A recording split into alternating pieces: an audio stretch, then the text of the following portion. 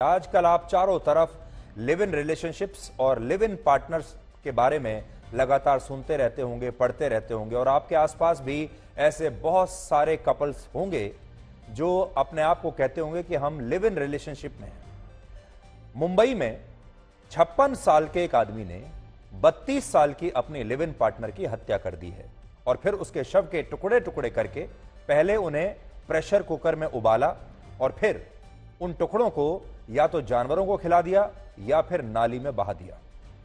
और मुंबई की ही तरह भारत के आईटी हब माने जाने वाले बेंगलुरु में भी 29 साल के एक लड़के ने 23 साल की एक लड़की की हत्या कर दी और ये दोनों भी लिव इन रिलेशनशिप में ही थे।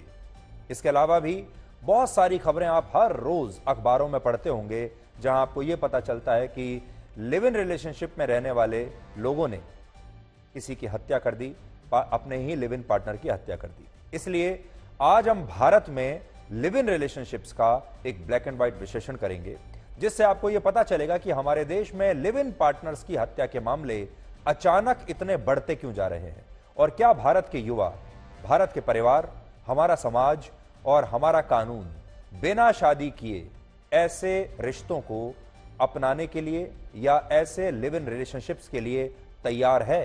क्या आप एक परिवार के तौर पर, एक समाज के तौर पर लिव इन रिलेशनशिप्स के लिए तैयार हैं? लेकिन इस विश्लेषण से पहले हम आपको मुंबई के इस विभत्स हत्याकांड के बारे में बताएंगे जिसके बारे में आज दिन भर पूरे देश में चर्चा हो रही है। जिस व्यक्ति ने इस घटना को अंजाम दिया है उसका नाम है मनोज साने और जिस महिला के साथ यह ऐसा हुआ यानी जिस महिला की हत्या हुई उसका नाम है सरस्वती वैद्य। इन दोनों की तस्वीरें आपकी स्क्रीन पर है। सरस्वती सिर्फ 32 साल की थी और मनोज 56 साल का था।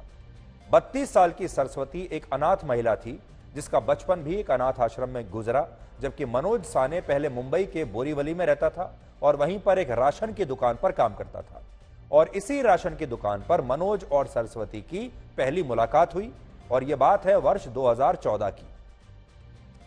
पुलिस के मुताबिक इसी मुलाकात के कुछ महीने बाद इन दोनों ने बिना शादी किए लिव इन रिलेशनशिप में रहने का फैसला किया और फिर वर्ष 2017 में ये दोनों मुंबई के मीरा रोड की उस हाउसिंग सोसाइटी में शिफ्ट हो गए जिस फ्लैट में ये पूरी वारदात हुई है।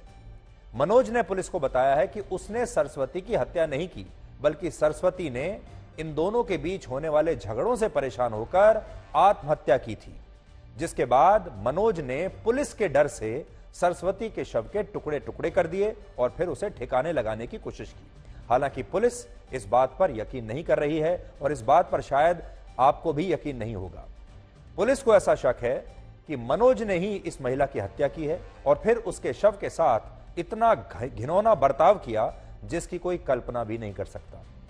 अब तक की जांच के मुताबिक इस आरोपी ने गिरफ्तार होने से 3-4 दिन पहले इस महिला की हत्या की।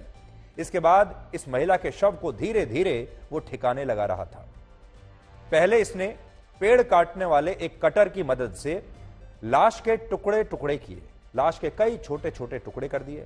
फिर एक एक करके इन टुकड़ों को ये प्रेशर कुकर में उबालता रहा, उबालकर उन्हें गलाकर इस महिला की लाश को धीरे धीरे ठिकाने लगाता रहा।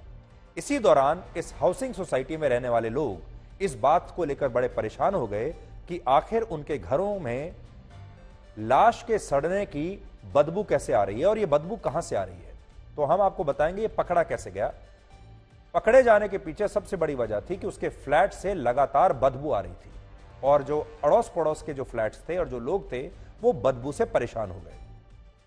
शुरुआत में बहुत सारे लोगों को लगा कि यह बदबू इस हाउसिंग सोसाइटी की ड्रेनेज लाइन से आ रही है, वहां कोई लीकेज होगा। फिर लोगों को लगा कि या तो कोई जानवर इस सोसाइटी में मर गया है या किसी के घर में कोई चूहा मरा है। हालांकि सबके बीच कुछ लोगों को ऐसा शक था कि यह बदबू किसी लाश के सड़ने की भी हो सकती है, यानी हमारी ही सोसाइटी में हो सकता है कोई लाश हो।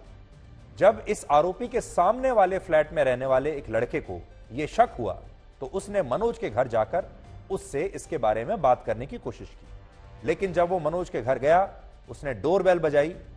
15 मिनट तक बेल बजाने के बाद भी मनोज ने अपने फ्लैट का दरवाजा नहीं खोला और इसी के बाद इस लड़के ने हाउसिंग सोसाइटी की जो कमेटी होती है उससे शिकायत की और पुलिस को इसके बारे में इतला दी गई।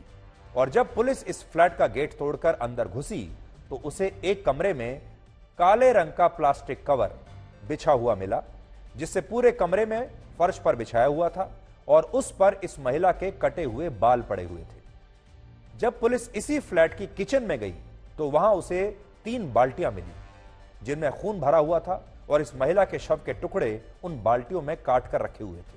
और इसी किचन से पुलिस को प्रेशर कुकर में लाश के कुछ और टुकड़े मिले और एक ट्री कटर मिला।